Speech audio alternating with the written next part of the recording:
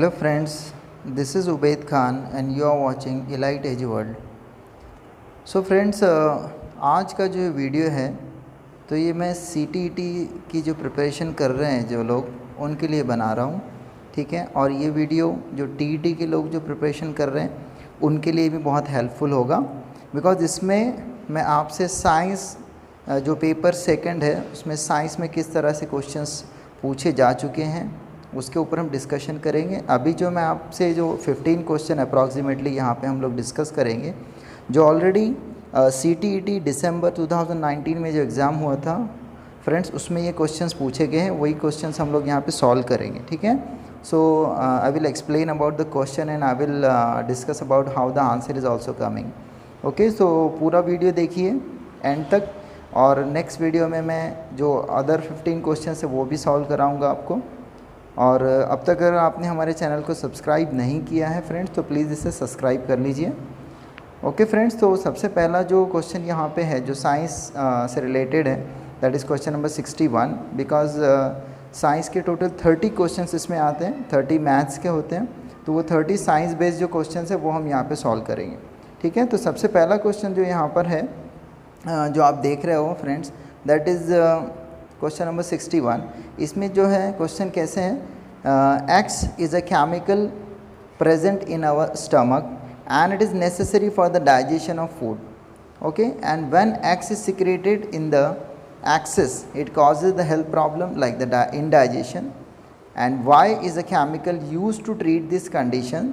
What could be the X and Y? तो इसमें जो बेसिकली डाइजेस्टिव सिस्टम से रिलेटेड ये क्वेश्चन है स्टूडेंट कि X यहाँ पे जो केमिकल रिलीज़ होता है हमारे डाइजेशन के लिए स्टमक में, और अगर ये ज़्यादा रिलीज़ हो गया तो हम क्या यूज़ करेंगे, कौन सा केमिकल जो Y है जिससे हमारा एक कंडीशन है जिसको हम एसिडिटी जिससे होती है लोगों को, वो कैसे यहाँ पे दूर होगा। तो एक्स एंड वाई यहाँ पे क्या है, इसके लिए आपको 3-4 ऑप्शन यहाँ पे दिए। सबसे पहला ऑप्शन है x is a hydrochloric acid, तो ये तो सही है कि हाइड्रोक्लोरिक एसिड होगा एक्स जो डाइजेशन में हेल्प करता है। But it is given y is sodium carbonate, but y यहाँ पे सोडियम कार्बोनेट नहीं होता है, तो पहला ऑप्शन यहाँ पे रॉन्ग है। दूसरा ऑप्शन हम देखेंगे x is a milk of magnesia, तो ये एक्स मिल्क ऑफ मैग्नीशिया नहीं है, तो ये भी ऑप्शन यहाँ पे रॉन्ग है। थर्ड ऑप्शन जो आप देखोगे एक्स इज़ हाइड्रोक्लोरिक एसिड, तो ये तो बिल्कुल सही है, and y is a milk of magnesia, तो ये ऑप्शन यहाँ पे राइट है student, because milk of magnesia जो यहाँ पे न्यूट्रलाइज करता है एसिडिक इफेक्ट को, ठीक है। तो ये यहाँ पे जो आप देखोगे कि मेडिसिन आर यूजिंग तो उसमें मिल्क ऑफ मैग्नीशिया होता है, ठीक है। इसलिए ऑप्शन जो थर्ड हमारा है वो करेक्ट आंसर है। और ऑप्शन 4 में क्या है, x is a milk of magnesia, तो ये भी रॉन्ग है, ठीक है। तो इस तरह से हमारा जो ऑप्शन थर्ड है this is the right answer, ठीक है। X is a hydrochloric acid जो हमारे स्टमक में रिलीज़ होता है, जो डाइजेशन हमारा जिससे होता है, और y is a milk of magnesia. अगर ये एसिड ज़्यादा रिलीज़ हो जाए तो हम जो मेडिसिन लेते हैं टू न्यूट्रलाइज दिस, जो एसिडिटी हमको होती है, तो उसमें मिल्क ऑफ मैग्नीशिया होता है, ठीक है। तो इस तरह से जो ऑप्शन नंबर थर्ड है वो यहाँ पे राइट आंसर है। ओके स्टूडेंट, तो ये हो गया फर्स्ट क्वेश्चन इस तरह से। अब यहाँ पे जो हम देखेंगे second question 62, in which of the following processes bacteria is not use, इनमें से कौन से प्रोसेस में बैक्टीरिया यूज़ नहीं होता है। तो सबसे पहला ऑप्शन है फॉर्मेशन ऑफ कर्ड, तो फॉर्मेशन ऑफ कर्ड में तो बैक्टीरिया यूज़ होता है। सेकंड ऑप्शन है बेकिंग ऑफ ब्रेड, है ना, जो बेक हम करते हैं बेकरी में, तो उसमें कोई बैक्टीरिया यूज़ नहीं होता है, तो दिस इज़ द आंसर। और थर्ड ऑप्शन भी हम देख लेंगे fermentation of sugar cane juice, जो शुगर कैन जूस जो इंडस्ट्री में अल्कोहल बनाने के लिए या फिर बहुत सारे शुगर कैन इंडस्ट्री में यूज़ होता है, उसमें भी बैक्टीरिया यूज़ होता है, ईस्ट बैक्टीरिया वहाँ पे यूज़ होता है। और नाइट्रोजन फिक्सिंग में भी बैक्टीरिया यूज़ होता है, जो राइजोबियम बैक्टर है जो नाइट्रोजन फिक्स करता है हमारी एयर की, ठीक है। इसलिए हमारे यहाँ पे जो ऑप्शन सेकेंड ऑप्शन है बेकिंग ऑफ ब्रेड, ये यहाँ पे राइट आंसर होगा, बिकॉज इसमें कोई भी बैक्टीरिया यूज़ नहीं होता, ये ओवन में जैसे भी हम करते हैं तो बेकिंग का ऑप्शन यहाँ पे होता है, ठीक है। तो ये जो आपका राइट आंसर यहाँ पे है। Then we will discuss about the question number 63, ये यहाँ पे है which of the following is different from the rest, इसमें से कौन सा दूसरों से अलग है, ठीक है, वो हमको आइडेंटिफाई करना है। The option first is deforestation, जो हम ट्रीज़ को जो कट करते हैं बहुत ज़्यादा नंबर्स में, दैट इज़ कॉल्ड डिफॉरेस्टेशन, ठीक है। डेजर्टिफिकेशन, जो हमारा जो जब प्लांट्स हम बहुत ज़्यादा कट कर देते हैं तो उसमें जो जो कंडीशन क्रिएट हो जाता है दैट इज़ कॉल्ड डेजर्टिफिकेशन, कि डेजर्ट की जैसा वो पूरा वहाँ पे एनवायरनमेंट हो जाता है, ठीक है। और जो थर्ड ऑप्शन है इरोजन, इरोजन के मीनिंग क्या होता है स्टूडेंट के जो सॉइल है हमारा फर्टाइल सॉइल, जो सबसे ऊपर वाला सॉइल होता है वो वहाँ से हट के कहीं और चला जाता है because of the more water और मोर एयर, जब हवा और वाटर के थ्रू ये वहाँ से हट जाएगा, वो इरोजन उसको बोलते हैं। ये तीनों भी सिमिलर है स्टूडेंट, ठीक है। और जो हमारा फोर्थ ऑप्शन है ये थोड़ा सा अलग है, कंजर्वेशन। कंजर्वेशन की मीनिंग क्या होता है कि सेव करना, conservation of plant, conservation of animal, तो ये सेव करने के होता है। और ये डिफॉरेस्टेशन, डेजर्टिफिकेशन, इरोजन, ये एक तरह के वर्ड्स है, ठीक है, कॉन्सेप्ट्स है। इसलिए जो डिफरेंट है हमारा वो है ऑप्शन नंबर 4, इसलिए हम यहाँ पे ये आंसर राइट होगा क्वेश्चन नंबर 4, कंजर्वेशन, ठीक है। क्यों? क्योंकि कंजर्वेशन थोड़ा सा अलग वर्ड है, कंजर्व की मीनिंग होता है सेव करना, ठीक है, इसलिए यहाँ पे रेस्ट ऑफ से ये अलग है, तो ये आपका आंसर हो जाएगा, ठीक है। Now we will move toward the next question. The next question is which of the following statement is not correct, इनमें से कौन सा स्टेटमेंट करेक्ट नहीं है, ये आपको आइडेंटिफाई करना है। पहला ऑप्शन है digestion is a chemical change, कि डाइजेशन ये कौन सा चेंज है, केमिकल चेंज है, तो ये तो राइट आंसर है कि केमिकल चेंज मतलब क्या कि जो कोई नया चीज़ उसमें फॉर्म हो जाता है और जो रिवर्सिबल नहीं है, ठीक है, ये उसके कुछ डेफिनेशंस है। केमिकल एंड फिजिकल चेंज दो तरह के चेंजेस होते हैं, तो पहला तो केमिकल चेंज है, राइट ऑप्शन है। Photosynthesis is a chemical change, तो ये भी राइट है कि फोटोसिंथेसिस में भी कोई नया फूड जो ग्लूकोज फॉर्म होता है तो ये भी केमिकल चेंज होता है, ठीक है।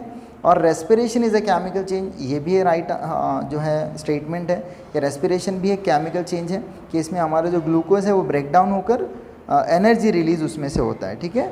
और जो लास्ट ऑप्शन है crystallization is a chemical change, तो ये यहाँ पे इनकरेक्ट ऑप्शन होगा स्टूडेंट, क्योंकि क्रिस्टलाइजेशन क्या होता है कि जो शुगर का सॉल्यूशन या हम लेते हैं तो वो जब हम उसको उसमें का वाटर इवेपोरेट होता है तो वो क्रिस्टल फॉर्म होते हैं, हम उसको हीट करते हैं तो शुगर के क्रिस्टल्स फॉर्म हो जाते हैं, तो वो केमिकल चेंज नहीं, क्योंकि पहले भी शुगर था अभी भी वो सिर्फ उसका फिजिकल स्टेट चेंज हो जाता है, तो ये केमिकल चेंज नहीं है, ठीक है। तो इसलिए जो हमारा 64 का आंसर फोर्थ है ये उसका राइट ऑप्शन हो जाएगा, क्योंकि ये इनकरेक्ट ऑप्शन है, हमको यहाँ पे करेक्ट ऑप्शन यहाँ पे फाइंड आउट करना है। ओके फ्रेंड्स, सो इस तरह से इसका जो क्वेश्चन नंबर 64 का फोर्थ ऑप्शन है ये राइट ऑप्शन हो गया कि this is the incorrect option और नॉट करेक्ट। ओके, होप आपको समझ में आया होगा। The next question move toward the 65। अब 65 जो क्वेश्चन है इसमें क्या दे रहा है student, which of the following represents an ascending order as per the size of the particles, कि कौन सा जो ऑर्डर है यहाँ पे हमारे जो आपको पता है सॉइल में डिफरेंट पार्टिकल्स होते हैं, ठीक है। सो इसमें से कौन से जो पार्टिकल्स हैं इसके अकॉर्डिंगली असेंडिंग ऑर्डर में आपको पहचानना है कि सबसे बड़े साइज़ का कौन सा रॉक्स का पार्टिकल है, उसके बाद छोटा साइज़ कौन सा होता है और उससे बड़ा साइज़, ठीक है। तो यहाँ पे आपको ऑप्शंस दिए हैं rock, clay, sand, gravel and silt. तो इसमें रॉक से इस बड़े साइज़ के पार्टिकल्स होते हैं, आपको ऐसा ऑप्शन पहचानना है जिसमें छोटे से बड़े साइज़ की तरफ रॉक्स के पार्टिकल यहाँ पे जाने वाले हैं, ठीक है। तो पहला तो ऑप्शन इनकरेक्ट है। सेकंड ऑप्शन जो यहाँ पे है, पहला दिया है आपको क्ले, जो बहुत ही फाइन पार्टिकल्स होते हैं सॉइल में उसको क्ले बोलते हैं, देन सिल्ट उससे थोड़ा बड़ा, सैंड उससे थोड़े बड़े पार्टिकल, ग्रेवल उससे बड़े और रॉक उससे बड़े, ठीक है। तो ये सेकंड ऑप्शन है, this is the right option, because जो सॉइल में हमारे जो असेंडिंग ऑर्डर अगर आप देखोगे तो ये राइट ऑप्शन हो जाएगा। 65 का आंसर होगा सेकंड। अब जो नेक्स्ट भी हम देख लेते हैं सिल्ट, ये उसके बाद आएगा सेकंड पार्टिकल, तो ये सबसे छोटा पार्टिकल नहीं है। रॉक तो ऑलरेडी मैंने बताया कि ये जो है एक्चुअली लास्ट नंबर पे आना चाहिए। तो असेंडिंग ऑर्डर में सॉइल के साइज़ के जो पार्टिकल्स हैं साइज़ के बेस पे असेंडिंग ऑर्डर में आपको यहाँ पे आइडेंटिफाई करना है, तो इसके अकॉर्डिंगली ऑप्शन जो सेकंड हमारा है वो यहाँ पे राइट ऑप्शन है, ठीक है। तो ये हो गया 65 क्वेश्चन का answer. Now next the question is 66। 66 question क्या है student, the functional or the function of gills in the fish is to, कि हमारे जो फिशेस होते हैं तो उसमें जो गिल्स का क्या फंक्शन होता है, ठीक है। तो पहले तो मैं आपको बता दूं कि जो फिश होते हैं वो गिल्स से जो वाटर में डिज़ोल्व ऑक्सीजन है वो एब्जॉर्ब करते हैं, they are absorbing the dissolve oxygen from the water. जैसे हमारे पास लंग्स हैं तो हम एयर का ऑक्सीजन एब्जॉर्ब करते हैं, तो फंक्शन ऑफ गिल्स क्या होता है फिश के अंदर वो यहाँ पे आपको बताना है।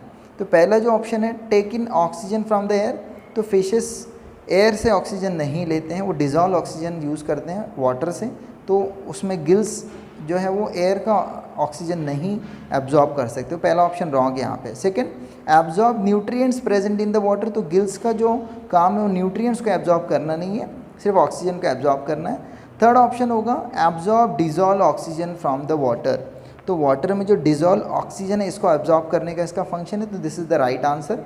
और जो फोर्थ होगा excrete the waste into the water, तो इनमें से जो थर्ड ऑप्शन है 66 का, ये आंसर आपका राइट है कि जो हमारे गिल्स का जो फंक्शन है कि वो डिजॉल्व ऑक्सीजन जो वाटर में होता है वो उसको एब्जॉर्ब करने में हेल्प करते हैं, ठीक है। तो इस तरह से ऑप्शन थर्ड जो होगा this is the right answer for this question. Okay student, समझ में आ गया होगा आपको। अब चलते हैं नेक्स्ट क्वेश्चन की तरफ। The next question is 67। What is question number 67? Which of the following can be used to complete an electric circuit if one runs out of connecting wires, कि आप इन चारों में से कौन सा ऑब्जेक्ट यूज़ कर सकते हो इलेक्ट्रिक सर्किट को कंप्लीट करने के लिए। अगर वहाँ पे वायर का शॉर्टेज है या वायर अगर वहाँ पे कम है तो वायर को किस चीज़ से आप रिप्लेस कर सकते हो जिससे इलेक्ट्रिक सर्किट पूरा आपका यहाँ पे चलता रहे। और इलेक्ट्रिक सर्किट हम किसको बोलते हैं स्टूडेंट, कि सपोज आपका बल्ब है, फिर वायर है और वहाँ पे आपका स्विच है, तो ये पूरा एक इलेक्ट्रिक सर्किट होता है कि जिससे वो जिस डिवाइस में इलेक्ट्रिसिटी पास हो सकती है, ठीक है। तो यहाँ पे जो पहला ऑप्शन है पेपर स्ट्रिप, तो पेपर से इलेक्ट्रिसिटी पास नहीं हो सकती है, तो आप वायर के रिप्लेसमेंट में पेपर नहीं लगा सकते, तो इलेक्ट्रिसिटी वहाँ से पास नहीं होगा। This is the wrong answer.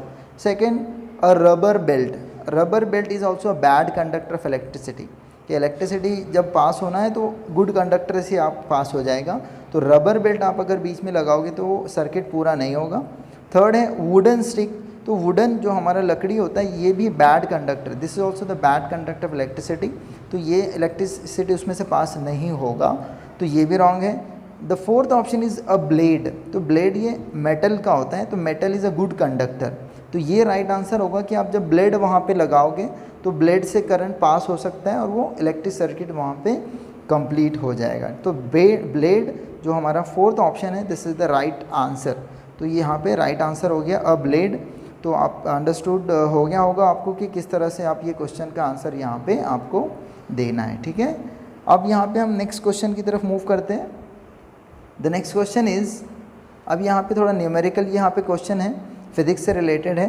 पहला यहाँ पे जो हम क्वेश्चन रीड करेंगे, Manjula is observing her image in a plane mirror, the distance between her self and the mirror is 5 metre, कि जो मंजुला ये अपनी इमेज देख रही है मिरर में, और मंजुला का और उसके जो मिरर का जो डिस्टेंस है वो 5 मीटर्स है, and she moves 1 metre towards the mirror, अभी वो 1 मीटर मिरर की तरफ आगे बढ़ गई। The distance between her self and her image now is, अब आपको बताना है कि अब वो मंजुला का और उसके इमेज का आपको यहाँ पे ध्यान में रखना है कि the distance between her self and her image, आपको उसका और उसकी इमेज के बीच का डिस्टेंस यहाँ पे आपको पता करना है, ठीक है। तो यहाँ पे ऑप्शंस है 1 मीटर, 4 मीटर, 8 एंड 10, तो आपको ये ध्यान में रखना है कि जब भी आपको ये पूछा जाए कि किसी ऑब्जेक्ट का, यहाँ पे मंजुला इज़ अ ऑब्जेक्ट, ये ऑब्जेक्ट है और ये उसका इमेज है, तो ऑब्जेक्ट का और इमेज का जो डिस्टेंस है वो डबल होता है। सपोज़ यहाँ पे मंजुला 5 सेंटीमीटर पे 5 मीटर पे खड़ी है और उसका जो मिरर है, मिरर और मंजुला का जो डिस्टेंस है वो 5 मीटर है, तो जो उसकी इमेज अंदर फॉर्म हो जाएगी वो 10 हो जाएगा, बिकॉज उसका इमेज से जो डिस्टेंस है वो डबल हो जाता है, ठीक है। तो यहाँ पे जब वो 1 मीटर आगे चलेगी तो 4 मंजुला और जो उसका मिरर है उसका जो डिस्टेंस है वो 4 है, बट उसका जो इमेज का डिस्टेंस यहाँ पे पूछ रहा है वो 8 मीटर हो जाएगा। इसलिए यहाँ पे जो ऑप्शन आपको ऑप्शन थर्ड जो है जिसमें 8 मीटर है that is the right answer, ठीक है। समझ में आ गया कि इमेज जो फॉर्म होता है तो हमारा और मिरर का जो डिस्टेंस है उसका और अंदर उतना ही डिस्टेंस होता है, तो डबल वहाँ पे आपको कंसीडर करना है। तो 4 मीटर का जो है डिस्टेंस इमेज का और वो ऑब्जेक्ट का जो डिस्टेंस है वो डबल होके 8 मीटर हो जाएगा, इसलिए यहाँ पे जो ऑप्शन 8 है that is a right option for this question. Okay, so this is the answer for the 68। Now let's move toward the next question that is question number 69। अब ये भी न्यूमेरिकल में क्वेश्चन है यहाँ पे, तो first of all you have to read the answer carefully. The question is a pendulum oscillates 30 times in 3 seconds. Choose the correct statement from among the following. अब यहाँ पे आपको थोड़ा सा मैथमेटिकल क्वेश्चन यहाँ पे कि पेंडुलम जो होता है वो ऑसिलेट्स हो रहा है 30 टाइम्स इन 3 सेकेंड, कि 3 सेकेंड में ये 30 टाइम ऑसिलेशन हो रहा है। तो सबसे पहले आपको ये पता करना है कि वो पर सेकंड कितना हो जाएगा, कितने बार ऑसिलेट होगा। Choose the correct statement. अब यहाँ पे जो फॉलोइंग स्टेटमेंट्स हैं, सबसे पहला जो है it's time period is 10 second and frequency is 30 और 3 हर्ट्ज़। तो सबसे पहले हम यहाँ पे कैसे सॉल्व करेंगे इसको, जैसे कि आप यहाँ पे देख पा रहे हो, मैंने जो यहाँ पे जो उसका सोल्यूशन आपको स्क्रीन पे आप देख पा रहे हो कि सोल्यूशन में आपको ये यहाँ पे ध्यान में रखना है कि सबसे पहले हमको लिखना है कि time taken to oscillate once, तो एक बार वो हो रहा है 30 डिवाइडेड बाय 3 आपको करना है, जिससे आपको पता चल गया है कि उसका टाइम टेकन फॉर और टाइम पीरियड फॉर 1 ऑसिलेशंस। ठीक है, तो वो हो जाएगा 0.1 सेकेंड, कि 0.1 second is required for 1 oscillation. ठीक है, अब यहाँ पे आप देख सकते हो ऑप्शन नंबर जो सेकंड है, सेकंड ऑप्शन में आपको यहाँ पे दिया है that is it's time period is 0.1 second. तो ये आपको थोड़ा सा क्लू मिल गया कि कौन सा ऑप्शन राइट है। तो इसका 0.1 सेकेंड टाइम पीरियड हो गया पर ऑसिलेशन। अब आपको बताना है फ्रीक्वेंसी। अब उसका फ्रीक्वेंसी का फॉर्मूला क्या है, the frequency is equal to you can be say 1 divided by time period. कि फ्रीक्वेंसी क्या होगा कि 1 को आपको डिवाइड करना है टाइम पीरियड। तो टाइम पीरियड यहाँ पे कितना हो गया 0.1 सेकेंड, तो हम 1 को डिवाइड करेंगे 0.1 से, तो वो हो जाएगा 10 हर्ट्ज़। ओके, तो आपका जो यहाँ पे फ्रीक्वेंसी हो गया वो 10 होना चाहिए। तो इसलिए आपका जो देखो आप जो ऑप्शन सेकंड है that is the right answer कि it's time period is 0.1 second and frequency is 10। Other option में आप फर्स्ट में जो देखोगे तो टाइम पीरियड ही 10 सेकेंड है, वो रॉन्ग है। सेकंड में 10 सेकेंड, वो भी रॉन्ग, और थर्ड में 0.3 सेकेंड है, तो इसलिए तीनों भी ऑप्शन ये रॉन्ग होंगे। एंड ऑप्शन नंबर जो सेकंड है ये आपका यहाँ पे राइट आंसर है। ओके, तो होप यू अंडरस्टूड। आपको जो मैंने आपको डिस्क्रिप्शन भी यहाँ पे दिखाया है और जो आप उसका सॉल्यूशन है आपने वो देखा है, तो उसके अकॉर्डिंगली जो उसका आंसर सेकंड है that is the right answer for that question. Okay student, now we will move toward the next question, question number 70। इसमें आपको क्या करना है, आइडेंटिफाई द इनकरेक्ट स्टेटमेंट। इनमें से इनकरेक्ट स्टेटमेंट आपको आइडेंटिफाई करना है। ठीक है, तो let's read very first option that is ball bearings. जो बियरिंग्स होते हैं बॉल की शेप में जो होते हैं bearings, so ball bearings are used to increase friction between parts of a machine.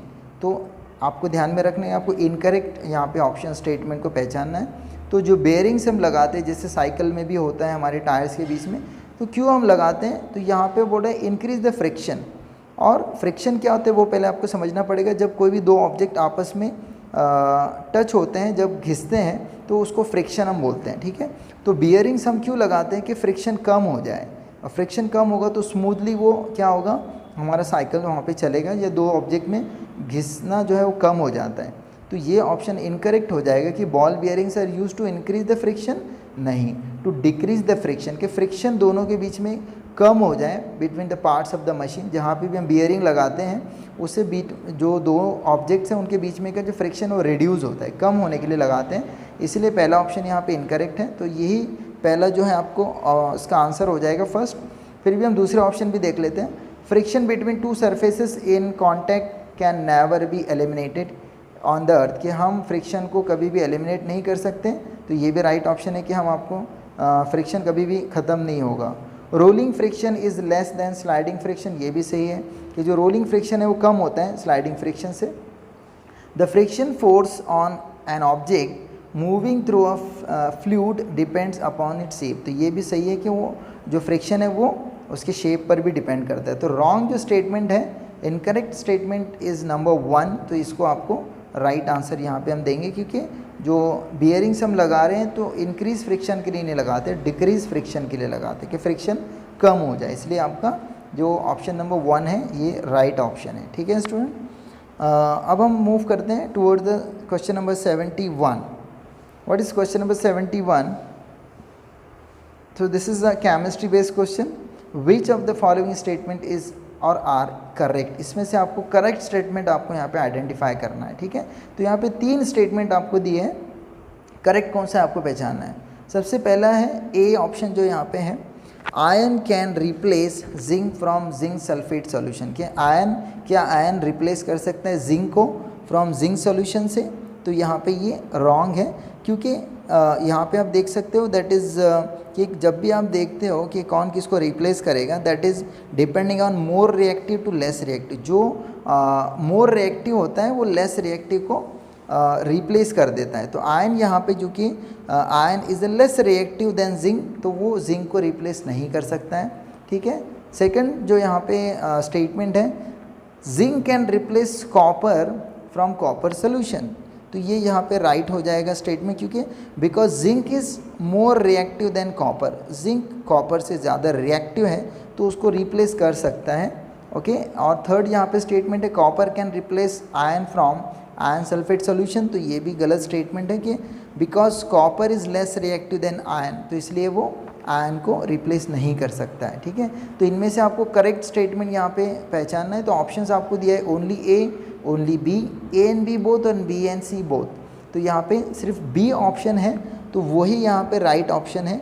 इसीलिए जो आपका जो आंसर होना चाहिए that is second number, that is B, okay. Because सिर्फ हमारा यही ऑप्शन सही कि zinc can replace copper because zinc is more reactive than copper. तो आप यहाँ पे जो ऑप्शन सेकंड है यहाँ पे इसका राइट आंसर होगा, okay. So only B is a correct statement, other is incorrect statements, ठीक है। तो ये इस तरह से आपको यहाँ पे क्वेश्चन को सॉल्व करना है, okay. Then let's move toward the question number 72। Question number 72 यहाँ पे क्या है friends, identify the correct statement from among the following, क्या आपको करेक्ट स्टेटमेंट यहाँ पे आइडेंटिफाई करना है। पहला स्टेटमेंट क्या है, clinical thermometer can be use to measure the temperature of the boiling liquid, कि क्लिनिकल थर्मामीटर जो होता है हमारा, जिससे हम टेम्परेचर देखते हैं हमारे बॉडी का, तो वो आप लेबोरेटरी में टेम्परेचर ऑफ बॉइलिंग लिक्विड के लिए आप यूज़ कर सकते हो क्या? तो ये हम यहाँ पे यूज़ नहीं कर सकते हैं, बिकॉज उसका जो बॉइलिंग उसका जो कैपेसिटी है बहुत ही कम होता है, ठीक है। तो दिस इज़ द इनकरेक्ट, आपको करेक्ट ऑप्शन देखना है। सेकेंड, रूम टेम्परेचर और room thermometers have a range from 30 degree to 100, तो रूम की जो टेम्परेचर्स हम चेक करते हैं थर्मामीटर से, उसका रेंज 30 से स्टार्ट नहीं होता है, बहुत उसका और लेस जो होता है वहाँ से स्टार्ट होता है, ठीक है। तो ये भी रॉन्ग ऑप्शन है।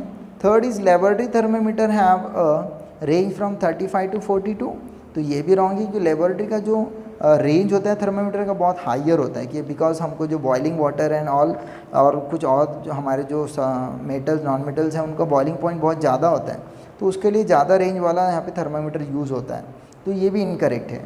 And fourth option is the range of a laboratory thermometer is greater than that of a clinical thermometer, so this is the right answer. क्यों राइट है? कि हमारा जो लेबोरेटरी थर्मामीटर का जो रेंज है वो ग्रेटर होता है क्लिनिकल थर्मामीटर से, राइट। बिकॉज लेबोरेटरी थर्मामीटर का रेंज ज़्यादा क्यों होना चाहिए कि हमको वहाँ पे बहुत सारे रिसर्च में यूज़ होता है, तो ज़्यादा टेम्परेचर का हमको वहाँ पे थर्मामीटर जो काउंट कर सकता है वो हम यहाँ पे यूज़ करते हैं, इसीलिए जो ऑप्शन नंबर 4 है वो राइट ऑप्शन यहाँ पे हो जाएगा, because you have to find out the correct statement, other जो स्टेटमेंट्स है वो इनकरेक्ट है, ठीक है। तो इस तरह से जो हमारा ये ऑप्शन 4 यहाँ पे इसका राइट आंसर हो गया, okay. Now let's move towards the next question, that is question number 73। अब 73 क्वेश्चन क्या होगा स्टूडेंट, यहाँ पे देखिए, ये भी थोड़ा सा आपको आइडेंटिफाई करना है कि इनकरेक्ट स्टेटमेंट कौन सा है, आइडेंटिफाई द इनकरेक्ट स्टेटमेंट, ठीक है। तो इसमें question number option number first है, the calorific value of kerosene is more than the coal. अब सबसे पहले आपको ये समझना है कि what is mean by the calorific value. Calorific value का डेफिनेशन अगर आप देखोगे, the amount of heat energy produce on complete combustion of 1 kg of fuel is called the calorific value, कि किसी भी ये फ्यूल को जब 1 kg फ्यूल को जब आप बर्न करोगे तो उसमें से कितना हीट एनर्जी प्रोड्यूस होता है, हीट उसमें से निकलता है, तो उसको उसका कैलोरीफिक वैल्यू बोलते हैं। तो किसका कैलोरीफिक वैल्यू किससे ज़्यादा है कम है वो आपको यहाँ पे फाइंड आउट करना है। तो पहले ऑप्शन में क्या बोल रहे हैं कि calorific value of kerosene is more than that of coal, कि जो कैरोसिन का जो कैलोरीफिक वैल्यू है वो कोल से यहाँ पे ज़्यादा होता है, तो दैट इज़ अ राइट, कि आपको इनकरेक्ट ऑप्शन यहाँ से आपको फाइंड आउट करना है। तो ये करेक्ट स्टेटमेंट है कि कैरोसिन का ज़्यादा होता है कोल से, ठीक है। सेकेंड जो है, the calorific value of coal is more than the wood, तो ये भी राइट है कि कोल का कैलोरीफिक वैल्यू ज़्यादा होता है वुड से। थर्ड ऑप्शन जो है the calorific value of biogas is more then LPG, तो ये यहाँ पे रॉन्ग ऑप्शन है कि बायोगैस का कैलोरीफिक वैल्यू कितना होगा 35,000 टू 40,000 और जो एलपीजी है उसका कैलोरीफिक वैल्यू होगा 55,000। ठीक है, इसीलिए एलपीजी का कैलोरीफिक वैल्यू ज़्यादा है और यहाँ पे ये बोल रहे हैं कि बायोगैस का ज़्यादा है, तो this is the wrong statement, तो ये हमारा आंसर होगा। और जो लास्ट ऑप्शन है the calorific value of the CNG is more than the diesel, तो ये भी यहाँ पे राइट ऑप्शन है। इसीलिए जो हमारा क्वेश्चन नंबर 73 है इसका आंसर ऑप्शन नंबर यहाँ पे जो 3 है वो होगा, because this is the incorrect statement. तो यहाँ पे इनकरेक्ट स्टेटमेंट आपको पता चल गया कि the calorific value of the biogas more than LPG है। इनकरेक्ट स्टेटमेंट है कि उसका जो एनर्जी प्रोड्यूस होगा बायोगैस का वो एलपीजी से ज़्यादा होगा, तो ये रॉन्ग स्टेटमेंट यहाँ पे आपने फाइंड आउट किया है, बिकॉज इसका जो एलपीजी का जो कैलोरीफिक वैल्यू वो ज़्यादा होता है। ओके फ्रेंड, तो this is the answer for this question. Now let's move towards the question number 74। अब यहाँ पे क्या क्वेश्चन है, ये भी थोड़ा न्यूमेरिकल क्वेश्चन है, आपको थोड़ा कैलकुलेट करना पड़ेगा। तो आप after question I will show you the कि किस तरह से उसका डिस्क्रिप्शन होगा। A bus travelling at a speed of 50 kilometre per hour for 12 minutes and then at a speed of 40 kilometre for the next 18 minutes. Total distance covered by the bus during this time is, कि आप यहाँ पे देख रहे हो options यहाँ पे दिया है 20, 22, 24 एंड 28। तो इसको आपको सॉल्व करना पड़ेगा। तो आप यहाँ पे आप देख पा रहे हो, मैंने डिस्क्रिप्शन मैं यहाँ पे आपको सॉल्यूशन मैं आपको यहाँ पे दिखा रहा हूँ। तो इसमें इमेज में मैंने आप क्वेश्चन को सॉल्व किया है। तो कैसे यहाँ पे सॉल्व किया है हमने, कि सबसे पहले हम देख रहे हैं कि 50 किलोमीटर से स्पीड से बस चल रहा था, पहले 12 मिनट्स तक चला। तो हमको यहाँ पे 50 मल्टीप्लाई बाई 12 करना है कि 50 किलोमीटर्स पर आवर की स्पीड से 12 मिनट के लिए चला। ठीक है, और 1 मिनट में यहाँ पे कितने हमको देखना है कि एक 1 आवर में कितने 60 मिनट होता है, विल डिवाइडेड बाय द 60, तो आपका आंसर आएगा 10 किलोमीटर। तो पहला जो आपका 50 किलोमीटर 12 मिनट्स में वो कितना चला 10 किलोमीटर। सेकंड कंडीशन जो यहाँ पे है कि फिर जो 40 किलोमीटर की स्पीड से वो नेक्स्ट 18 मिनट तक बस चलती रही। तो अगेन हम लोग यहाँ पे क्या देखते हैं आप कि 40 मल्टीप्लाई बाई 18 हम कर रहे हैं कि 40 क्या स्पीड से वो चला और 18 मिनट तक वो यहाँ पे चल रहा है। Again divided by 60 because in 1 hour there is 60 minute. तो ये आ गया 12। तो 10 + 12 ये दोनों डिस्टेंस को हम जब ऐड करेंगे तो 22 किलोमीटर्स यहाँ पे आप देख सकते हैं कि ऑप्शन यहाँ पे राइट ऑप्शन होना चाहिए। तो हम देखते हैं कि 22 किलोमीटर्स बस यहाँ पे चली है टोटल। ठीक है, दोनों भी स्पीड का डिस्टेंस हम यहाँ पे मिला रहे हैं, तो 22 will be the right answer. जैसे आप देख पा रहे हो यहाँ पे ऑन स्क्रीन किस तरह से आपने यहाँ पे हमने इसको सॉल्व किया है। तो अब देखते हैं 22 कौन सा ऑप्शन है। ऑप्शन ए है 20 किलोमीटर, तो ये रॉन्ग है।